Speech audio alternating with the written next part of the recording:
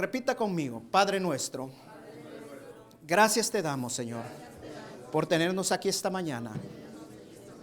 He venido, Señor, para que hables a mi vida, Señor. Quiero saber, Señor, qué es lo que necesito, Padre, para caminar contigo, Señor. Háblame, Señor. Creo, Señor, fielmente que este libro, Señor, que tengo en mi mano, es inspirado por ti y no es voluntad de ningún hombre.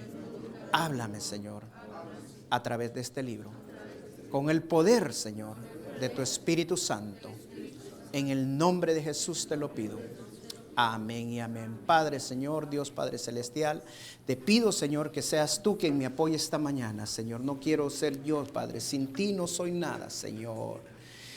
Quiero esconderme, Señor. Quiero cubrirme, Señor, con tu sangre preciosa para que tú seas glorificado, mi Señor Jesús. En el nombre de Jesús, amén y amén. Pueden sentarse, hermanos. Hay una canción en inglés que se llama Quiero esconderme cuando el Señor sale. Y eso es realmente lo que nosotros queremos hacer como predicadores, dejar que el Señor sea el que sea glorificado y no el hombre. Bueno, esta mañana vamos a seguir predicando quién es Jesús. El domingo pasado vimos que Jesús es el Hijo de Dios. Vimos que Jesús es el Hijo del hombre y que Jesús es el Mesías, ¿verdad? ¿Por qué? Porque Jesús vino como el Hijo de Dios para hacerse el Hijo del hombre y es el Mesías, el ungido, el apartado, el Salvador de todo el mundo.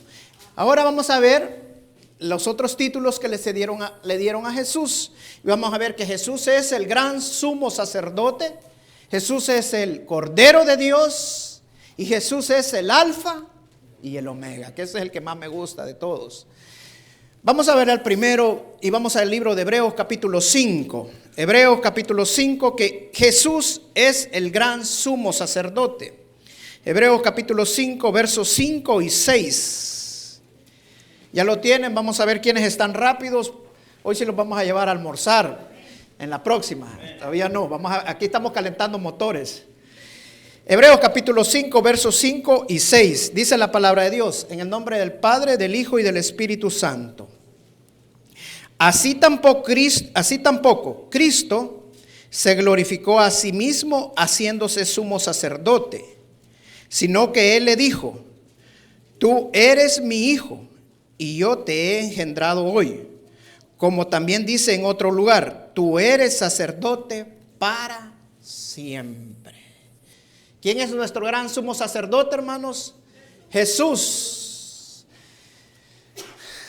Hay gente que le gusta enfrentar el peligro, que le gusta andar en el peligro. A mí llegó un momento en mi vida que me gustaba también andar haciendo cosas, por decir, locas, ¿va? Pero una de las cosas más impresionantes que yo he visto ha sido los que se tiran de las cataratas del Niágara. Y la primera persona que se tiró de las cataratas del Niágara fue una mujer en el año 1905. Era una mujer que tenía 63 años, pero ella reclamaba que tenía 40. Qué raro en las mujeres, va. Pero esta mujer se tiró en un barril inflado, lleno de almohadas infladas y un colchón. La caída fue estrepitosa, fue tremenda. Dice la historia de que la mujer fue encontrada 75 minutos después, aún con vida, toda temblorosa y asustada. El último que se tiró este hombre, se tiró en una moto de agua, en una jet ski. Mire qué locura tirarse en una jet ski en las cataratas del Niágara. Se tiró, voló, llevaba un paracaídas. La cosa es que el paracaídas se tenía que abrir exactamente a cierto tiempo que él iba en el aire. Exactamente se abrió, pero no llevaba bien ajustado su paracaídas a la espalda y este hombre murió. Eso fue en el año 1995. Como hay gente que le gusta enfrentar el peligro, hermanos, pero nadie de estos que han sobrevivido a cosas que han enfrentado en su vida, tarde o temprano tienen que enfrentar la muerte. Bobby Leach es un cristiano que fue el primer hombre, mejor dicho, de que se tiró también de las cataratas del Niágara en 1911. Y este hombre se tiró en un barril de acero y sobrevivió. Pero 15 años más tarde se deslizó en una cáscara de naranja y murió en una iglesia cristiana en Nueva Zelanda. A mí en un cierto momento me llamaba la atención lanzarme de los aviones en paracaídas y quería saltarme de caída libre. Ya me había lanzado en normal, en paracaídas de combate, pero yo quería lanzarme en caída libre, y el comandante de la Fuerza Aérea se dio cuenta y nos prohibió. A los que andábamos como 3 allí que nos queríamos tirar, nos había agarrado la adrenalina y queríamos lanzarnos, porque queríamos saber la emoción del peligro, de lo fuerte que es sentir eso. Pero no lo pudimos hacer, hermano. No. Hay mucha gente que le gusta enfrentar el peligro. ¿Sabe lo más peligroso en el Antiguo Testamento que era? Verle la cara a Dios. Vamos a Éxodos, capítulo 33. Mire cómo le dijo Dios a Moisés. Éxodos 33, verso 10. Dice, y viendo todo el pueblo, 33 verso 20, perdón. Dijo, mas no podrás ver mi rostro, porque no me verá hombre y vivirá. Lo más tremendo, hermanos, era verle el rostro a Dios. O sea, para los judíos no podían estar ante la presencia de Dios. Dice Gedeón que en una ocasión que él realizó, que había estado ante el ángel de Jehová, dice, le he visto la cara a Dios. Y tenía gran miedo Gedeón, porque sabía que iba a morir. Pero Dios vino y le dijo, no tengas miedo, ten paz en tu corazón, no morirás. Manoah en otra ocasión le dice a su mujer, hemos visto al Señor, vamos a morir ahora. O sea, ver en el rostro a Dios para los judíos era algo tremendo. Por eso dice Juan, nadie le ha visto el rostro a Dios. Hay hermanos que en ocasiones me hermano, vi que tuve un sueño. Dice hermano que me habló el Señor y le vi la cara a Dios. Mentiroso, le digo yo, porque nadie le ha visto la cara a Dios. Nadie. Así lo dice la palabra. Nadie le ha visto la cara a Dios. Para los judíos no podían verle la cara a Dios, no le podían ver el rostro a Dios. O sea, no podían estar ante la presencia de Dios.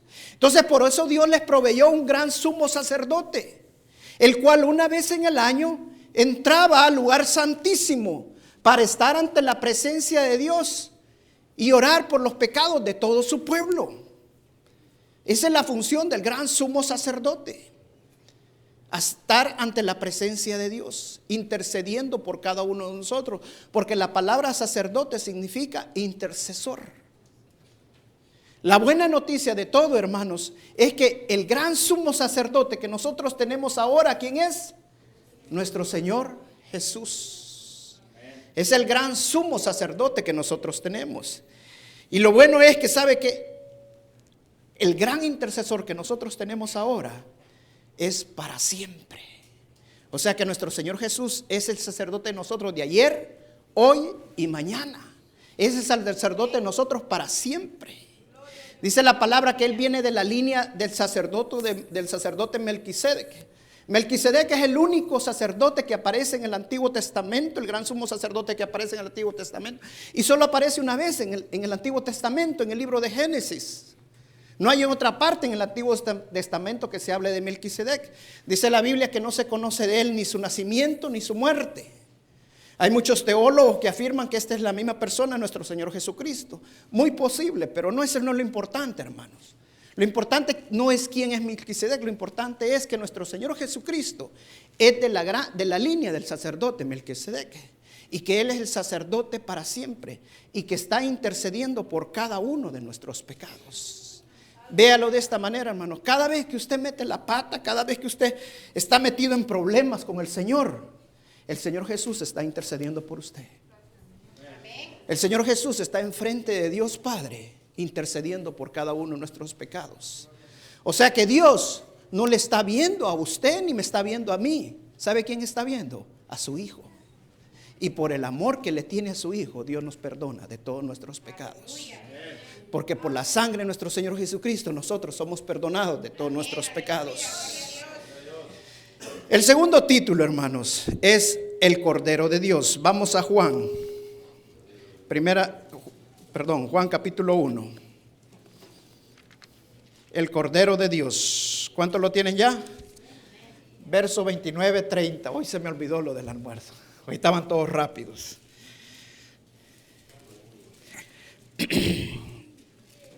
29 y 30. Juan capítulo 1, 29, verso 29 y 30. ¿Ya lo tienen? Amén. Hoy sí, ¿verdad? El Evangelio de Juan. No estamos en las cartas, en el Evangelio. Dice la palabra de Dios. Verso 29.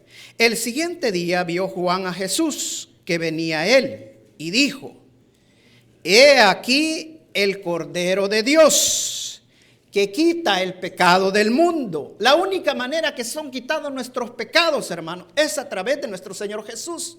Lo dice claramente la Biblia, no hay otra manera. Verso 30.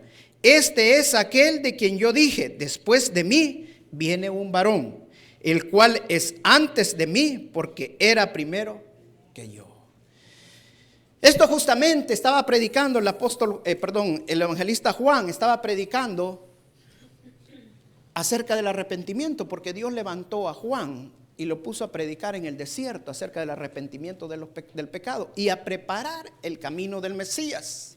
Dice que predicando estaba, en lo mejor de predicar que estaba Juan. Imagínense que nosotros estamos aquí en lo mejor de predicar cuando vemos entrar al Señor Jesús. Pues así estaba Juan, en lo mejor de predicar estaba cuando vio que venía el Señor Jesús y dijo: este es el que yo dije, que es el Cordero de Dios que quita los pecados del mundo. En otra manera, lo que estaba diciendo Juan es como, ¿cuántos han oído la historia de la liberación del pueblo de judío de la esclavitud de Egipto? Yo creo que la mayoría lo ha leído en la Biblia, y los que no lo han leído por lo menos han visto la película, ¿verdad? 400 años pasó el pueblo judío esclavo de Egipto, 400 años. Dice la palabra de que en estos 400 años sufrieron mucho hasta que el Dios les mandó a liberarlos. Y tuvo que mandarles el Señor 9 plagas. Pero ni así se rindió el faraón. Dice la historia que el faraón ni así con las 9 plagas, por ratito ya doblaba el brazo y váyanse pues, pero después decía no se vayan. Cuando mandó la 10ª plaga y estaba en camino la 10ª plaga, el Señor le dijo: bueno, vamos a tomar a cada uno, a cada primogénito de cada familia, o sea, a cada primer niño de cada familia varón, e inclusive de los animales, iba a ser tomado. Esa era la 10ª plaga. Pero le dio instrucciones a Moisés, y a Moisés le dijo, cada jefe de familia, de la familia judía, que tome un cordero, lo sacrifique y de la sangre de ese cordero la pinte en los tindeles de la puerta donde vive cada familia. Y eso fue justamente lo que hicieron: sacrificaron ese cordero y de la sangre pintaron los marcos laterales y los de arriba, para que cuando Dios viniera y pasara, no tomara de esos lugares, de esas casas, a los primogénitos, únicamente de las casas que no estaban marcadas. Pues eso es lo que Juan les estaba diciendo: este es el Cordero que quita el pecado del mundo. Porque cuando nosotros aceptamos a nuestro Señor Jesús como el Señor y Salvador de nuestras vidas, nosotros estamos poniendo la sangre de nuestro Señor Jesús en el marco de nuestro corazón. Y el pecado ya no tiene parte con nosotros, porque Él nos ha librado del pecado. Por eso Pablo le dijo: ¿dónde está, muerte, tu aguijón? Porque el Señor Jesús se quitó el aguijón y Él dio la victoria a cada uno de nosotros. Un aplauso a mi Señor Jesús.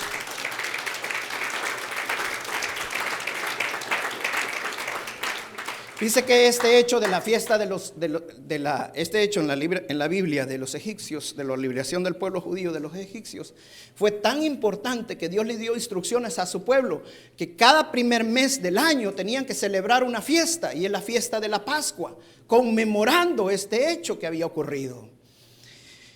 Ahora, los judíos, cuando sacrificaban un animal para Dios, lo apartaban con tiempo. Y tenía que ser sin mancha ni defecto. O sea, tenía que ser lo mejor para sacrificarlo a Dios. Pues así dice la Biblia que así fue nuestro Señor Jesús. Vamos a, siempre aquí en Primera de Pedro, capítulo 1. ¿Cuántos lo tienen? Nadie se quiere ganar el almuerzo. Amén, dice Luis. Vamos a ver, ni lo ha encontrado Luisito. Le ganó Luis, pero fíjate que Luis le hizo trampa allí.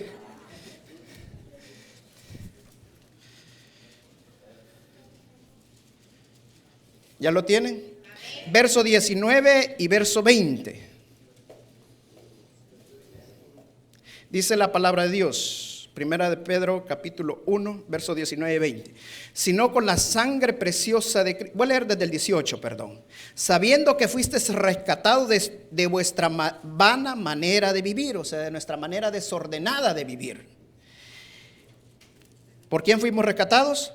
Por Cristo, la cual recibiste de vuestros padres, no con cosas corruptibles como oro o plata, verso 19, sino con la sangre preciosa de Cristo, como de un cordero sin mancha y sin contaminación, ya destinado desde antes de la fundación del mundo, pero manifestado en los postreros días, en los postreros tiempos, por amor de vosotros.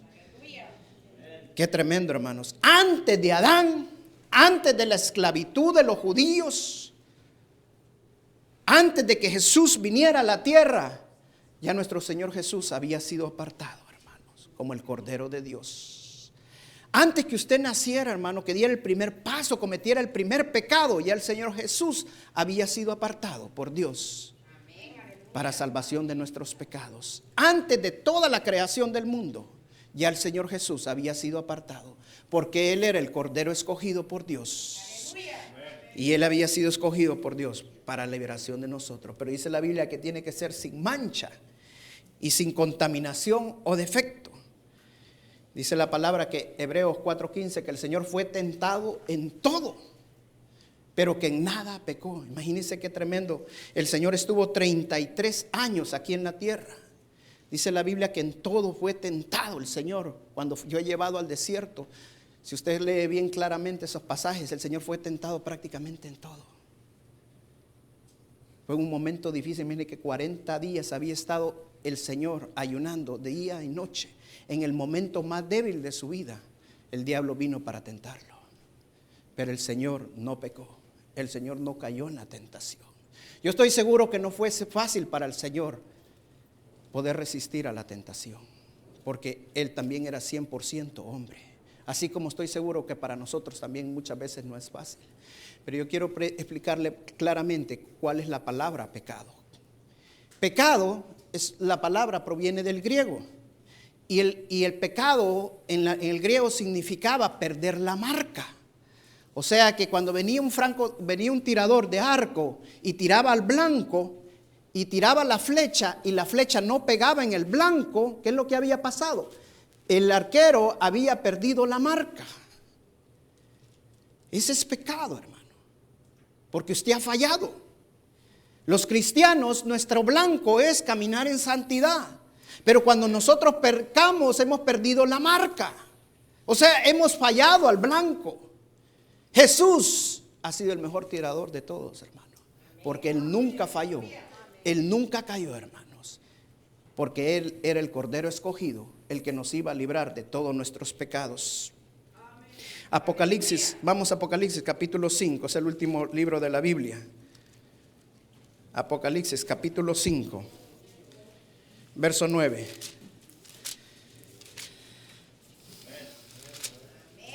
Este es fácil. No se los voy a poner como tarea. 5, verso 9.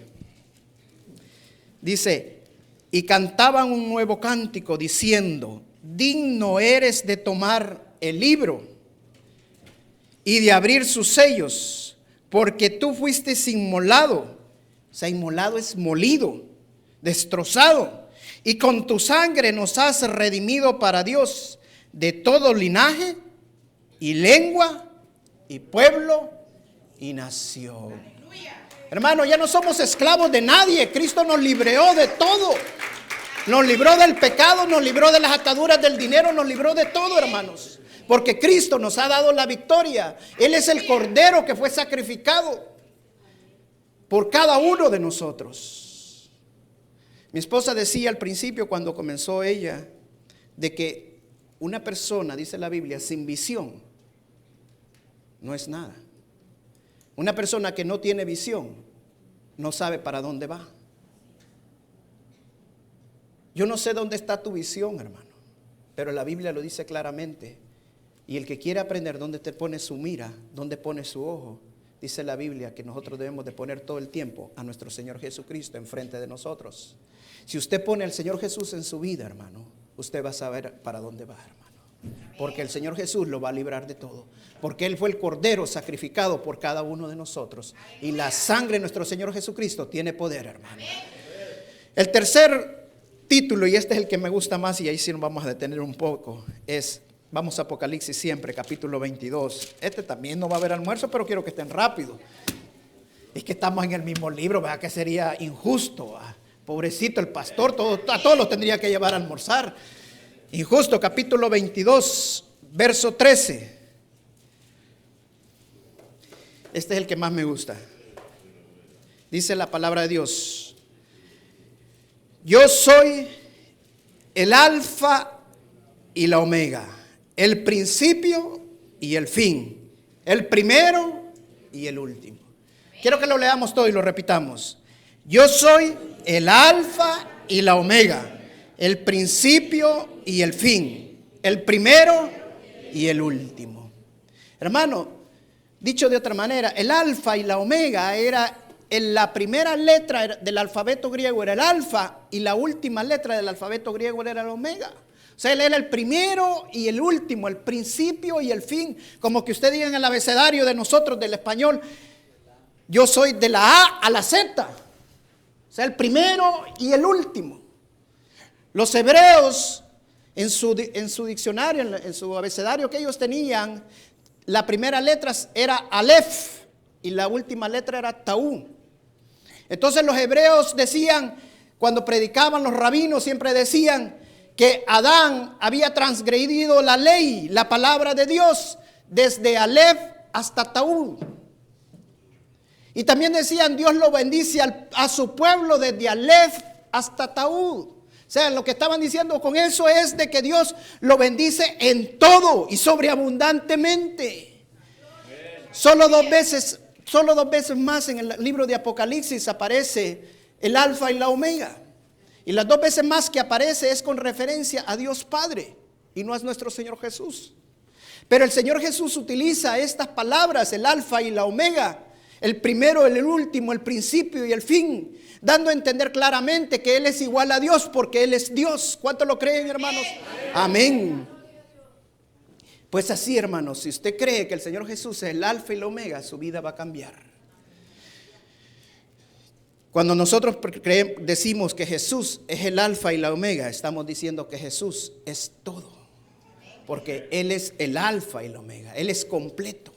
La plenitud de Él es todo. Cuando decimos que Jesús es el alfa y la omega, estamos diciendo que Jesús es eterno, que es infinito, infinito en poder, infinito en gloria. Porque Él tiene todo el poder, toda la sabiduría, todo el conocimiento, toda la santidad y todo lo bueno. Cuando decimos que Jesús es el alfa y el omega, decimos que Jesús tiene toda la autoridad, hermanos. Por eso Pablo decía que en el nombre de Jesús hay poder, hermanos, porque el Señor Jesús es el alfa y la omega. Él es todo para nosotros. Sin Él no podemos hacer nada, hermanos. Hay una historia de un comandante británico, y dice este comandante de que estaba preparando a su tropa para regresar al combate. Acababan de salir del combate, pero tenían que regresar al combate. Y preparar a la tropa para el combate de nuevo en la Segunda Guerra Mundial era algo difícil para la tropa ver eso, porque estaba todo húmedo, lloviendo todavía, todo enlodados, y ellos iban a enfrentar la nieve, iban a enfrentar el agua, y tenían que enfrentar también que iba a haber sangre, iba a haber muerte. Y los soldados ya no querían regresar. Pero el comandante tuvo convencimiento, regresaron, dio mando para que regresaran, y dice que cuando venían marchando de regreso, vio una iglesia y que la iglesia estaba perforada. Y cuando vio en el fondo la cruz y Cristo en la cruz, se quedó pensando un momento el comandante y dijo: este hombre se sacrificó por nosotros y hubo victoria. Y ordenó a la tropa que vieran la iglesia. Cuando vieron la cruz, el ánimo, la actitud de la tropa cambió, hermanos. Y la tropa se dio cuenta que realmente para que haya victoria debe haber sacrificio. Necesitamos sacrificarnos, hermanos. Si usted necesita en la vida tener triunfos, necesita sacrificarse, así como Cristo se sacrificó por nosotros. Pero esté seguro que usted está con Cristo y a Cristo le ha dado la victoria, hermano. Porque Él nos da la victoria. Él le ganó a la muerte. Hebreos capítulo 12, verso 2 dice: puesto los ojos en Jesús, el autor y consumador de la fe. ¿Lo tienen? Bueno, si no lo han encontrado, Él es el autor y el consumador de la fe, hermano. ¿Qué significa eso? Él es el alfa y la omega de la fe de nosotros. Él es el primero y el último de la fe de nosotros. Él es el principio, el fin de la fe de nosotros. Dicho de una manera, es que Jesús pone la fe en nosotros. Y Él hace que nosotros veamos a través de la fe en Cristo Jesús. Él es el consumador de la fe. Él es el alfa de nuestra fe y Él es el omega de nuestra fe. Cuando nosotros vemos al Señor Jesús en nuestros corazones, cuando nosotros tenemos la mirada puesta al Señor Jesús. Una madre de familia en una ocasión una maestra le habló a una madre de familia de un niño de 3er grado. Y le llama por teléfono y le dice: señora, yo le hablo porque algo sorprendente ha ocurrido con su hijo. Y yo no me aguantaba para contárselo y se lo quise contar inmediatamente. Entonces la maestra le dice, la madre le dice: está bien, cuénteme, porque estaba intranquila, impaciente, ¿qué había pasado con su hijo? Si algo malo había hecho, ¿qué pasó? Mire, le digo, nunca en todo mi tiempo de enseñar había pasado algo como lo que he visto ahora, le digo. Dice que yo estaba enseñando una narración descriptiva, le dije, y estaba contando la historia de la hormiga y el saltamonte. Y yo les decía que la hormiga, cuando es el tiempo de verano, trabaja y acumula sus alimentos y lo lleva y lo guarda para cuando viene el tiempo de invierno. La hormiga tiene suficiente alimento para comer en el invierno y no morir. Pero el saltamonte hace todo lo contrario, no trabaja y pasa solo jugando todo el verano. Que cuando viene el invierno, el saltamonte se empieza a morir y cuando se da cuenta que se está muriendo porque no tiene comida y el invierno es tan duro y no puede recoger comida, que le empieza a pedir a la hormiga. Entonces yo siempre les digo a mis alumnos, ok, esa es la historia, ustedes tienen que escribir el final de la historia. Pero su hijo levantó la mano y me dijo: maestra, ¿puedo hacer un dibujo? Le digo, sí, puedes hacer un dibujo, pero antes tienes que escribir el final de la historia. Y entonces su hijo escribieron con los otros alumnos y algo sorprendente pasó.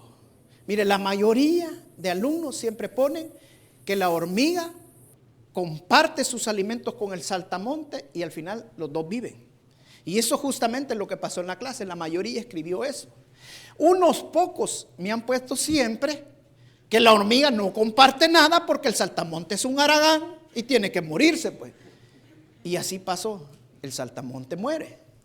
Pero su hijo escribió algo que nunca antes alguien había escrito. Le dijo, ¿y qué fue lo que escribió? Mire, le dijo que la hormiga le había dado toditito al saltamonte y que el saltamonte había vivido y la hormiga había muerto. Y al final de la historia, dice, puso las 3 cruces dibujadas, le digo. Ese es el sacrificio que nuestro Señor Jesús hizo por todos y cada uno de nosotros. Esa es la fe que el Señor Jesús quiere que nosotros y cada uno de nosotros tengamos. La Madre Teresa de Calcuta. ¿Cuántos saben quién es la Madre Teresa de Calcuta? Ya cuando estaba en el lecho de su muerte, ya a punto de morir unos minutos antes, la Madre Teresa de Calcuta dijo estas palabras: te amo, Jesús. Hermanos, no importa lo que vaya a ocurrir en nuestras vidas, si nosotros tenemos la fe puesta en Cristo Jesús, aunque ya estemos en el final de nuestros días, hermanos, Él es el consumador de la fe. Y créame que usted muere físicamente, pero espiritualmente usted tiene vida eterna, porque lo declara la Escritura y nosotros lo creemos. Vamos a Primera de Juan, carta de Primera de Juan. ¿Cuántos lo tienen ya? Amén, dice que no me hagan trampa, hermanos. No, en serio, ¿quién lo halló primero? Allá como 10 aparece. Nos vamos a rifar. Primera de Juan, capítulo 2, verso 1. Hijitos míos, estas cosas os escribo para que no pequéis. Y si alguno hubiese pecado, abogado tenemos para con el Padre, a Jesucristo el justo. Hermano, nosotros tenemos al mejor abogado de los abogados. Aquí tenemos un abogado, a mi hermano Roberto. Pero mi hermano Roberto también tiene un abogado. Y es el mejor abogado de los abogados, al Señor Jesús. ¿Y sabe cuál es el argumento que nuestro Señor Jesús tiene ante Dios Padre? Señor Jesús le está diciendo todo el tiempo a Dios Padre: ellos no son culpables, porque yo ya pagué por todos ellos. Y somos perdonados cada vez que nosotros cometemos algo. Ese es el abogado que nosotros tenemos. Ese es el alfa. Pero también dice la palabra que Él es el omega. Vamos a la Biblia en Hechos capítulo 10. Hechos 10. ¿Cuántos lo tienen?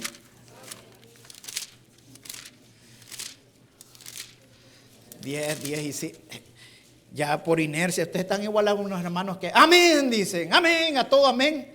Y no saben ni a qué están diciendo amén. Hechos capítulo 10, verso 42. Dice la palabra de Dios: y nos mandó que predicásemos al pueblo y testificásemos que Él es el que Dios ha puesto por juez de vivos y muertos. Imagínense, hermano, que el Señor Jesús es su abogado y a la misma vez es su juez. Qué tremendo, ¿verdad? Mire qué tremendo. Esa es la corte en el cielo, hermanos, todo contrario a las cortes del mundo. El Señor Jesús es nuestro abogado y es nuestro juez. ¿Sabe por qué? Porque Él es el alfa y la omega. Él es el principio y el fin. Es el primero y el último. Él es todo, hermano, porque por Él todas las cosas subsisten. Sin Él nada de lo que es fuera. Porque Él es todo en nuestras vidas. Sé que de seguro, hermano, usted ya tiene la victoria. Porque el Señor Jesús lo va a defender y Él mismo lo va a juzgar. Sé que el Señor ya nos dio el perdón. Vamos a otro, Apocalipsis capítulo 5. ¿Cuántos lo tienen? Amén. Este hermano Juan sí que ya me tiene. Un día lo voy a poner a leer cuando me diga amén, hermano, en el momentito.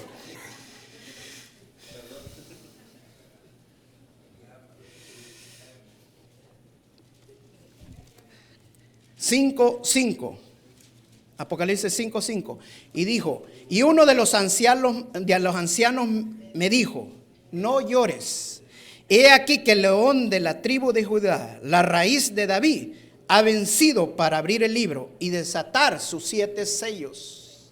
Hermanos, vimos al principio nosotros que Jesús es el Cordero de Dios. O sea, el Cordero de Dios, cuando usted se imagina al Señor con Jesús como el Cordero, ¿qué se imagina? Como algo bueno, como algo cariñoso, cuidadoso, amable. Ese es el Cordero de Dios. Pero también Él es el león de Judá, hermano. ¿Sabe por qué? Porque Él es el principio y el fin, el alfa y el omega. Aleluya. El otro día estaba leyendo una historia del presidente George Bush. Y dice que el presidente George Bush se levantó una vez en la mañana, se fue al salón, al oval, y allí estaba el papá. Se habían quedado a juntarse y a tomarse un cafecito los dos temprano a las 5 de la mañana, a platicar con el papá. Bueno, y Bush en sus pijamas todavía y puso los pies encima de la mesa y todo. Cuando venía su mamá, Bárbara Bush, y lo vio que tenía las patas ahí puestas encima de la mesa. George, baja las patas de ahí. Por favor, le dice el papá, el esposo de Bárbara, el expresidente Bush. Ten consideración si es el presidente, no le hables así. A mí no me importa, pero me está dañando mi mesa, le dijo. Y yo soy la mamá, le dijo. Pues así es Dios, hermano. O sea, no le estoy diciendo que Bárbara Bush es Dios.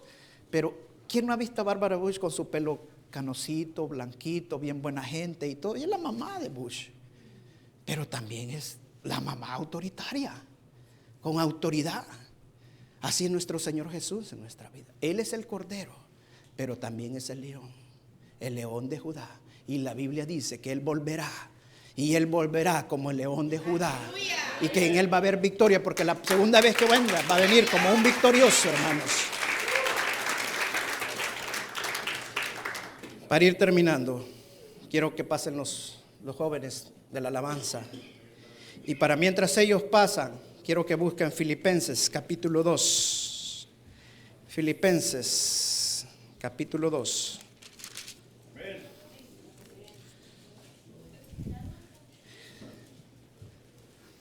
Hoy sí lo tiene, hermano Juan. Amén. Bueno, 9 al 11. Ahí se me nota con lo que estamos anotando para el almuerzo, hermano Juan. Verso 9 al 11. ¿Lo tienen ya? Dice la palabra de Dios. Por lo cual Dios también le exaltó hasta lo sumo y le dio un nombre que es sobre todo nombre, para que en el nombre de Jesús se doble toda rodilla de los que están en los cielos y en la tierra y debajo de la tierra, y toda lengua confiese que Jesucristo es el Señor. O sea que Jesucristo es Dios, para gloria de Dios Padre.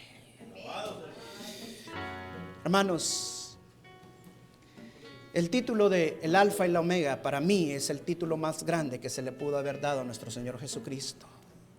Porque cuando nosotros entendemos que quién es el Alfa y el Omega, el principio y el fin, el primero y el último, entendemos claramente que Jesús es Dios. Y dice la palabra que toda rodilla se doblará en el nombre de nuestro Señor Jesucristo.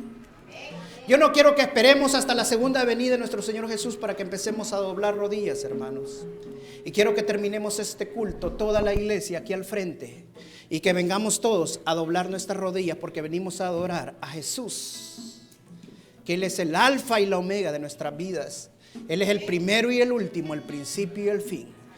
Pasemos al frente aquí, hermanos. Vamos a arrodillarnos y vamos a alabar al Señor y vamos a cantar y darle las gracias al Señor. Dice la palabra que toda rodilla se doblará en el nombre poderoso de nuestro Señor Jesús. Pase al frente, hermano. Acuérdese que Él es el Cordero de Dios, pero también es el León de Judá. El Señor Jesús es el que sirvió para que nosotros no fuéramos sacrificados, y Él se sacrificó por nosotros. El que no puede, pase aquí, hermano, queden separados allá atrás, pasen para acá, hermanos. Pero también Él es el Rey, porque Él es el Alfa y el Omega. El Señor Jesús es el Hijo de Dios, que vino como el Hijo de Dios para hacerse el Hijo del hombre. El Señor Jesús es el Mesías, el ungido, el apartado, hermano. Y la Biblia dice que a Él le debemos de ofrecer toda nuestra adoración, hermano. Y este es un momento especial para nosotros, porque a Él venimos a adorar y a nadie más. A adorar a Jesús. Quiero que cantemos la canción de gracias. Ahí donde estamos, pasemos aquí al frente, no se quede, hermano.